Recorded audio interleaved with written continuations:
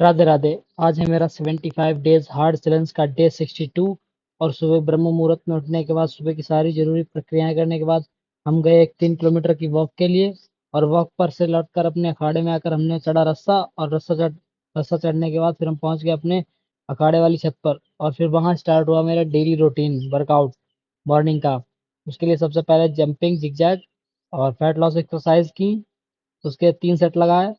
और उसके बाद फिर हमने नॉर्मल डंड लगाई, 50-50 के 3 रेपिटेशन लगाए। और फिर उसके बाद हमने थाई को मजबूत करने वाली एक्सरसाइज की। और थाई के भी 3 सेट लगाने के बाद फिर हमने बजरंग दंड लगाई। और बजरंग दंड के बाद नॉर्मल पुशअप। और नॉर्मल पुशअप के पास घुटमार वाली पुशअप के 3-3 सेट लगाए हमने।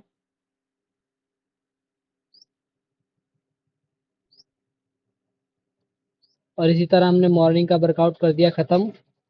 फिर हमने रास्ते में मिले हमें हमारा सोम भाई।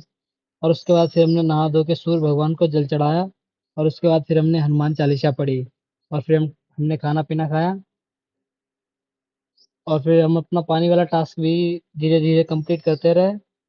और फिर और आज इवनिंग के वर्कआउट में मेरा है शोल्डर।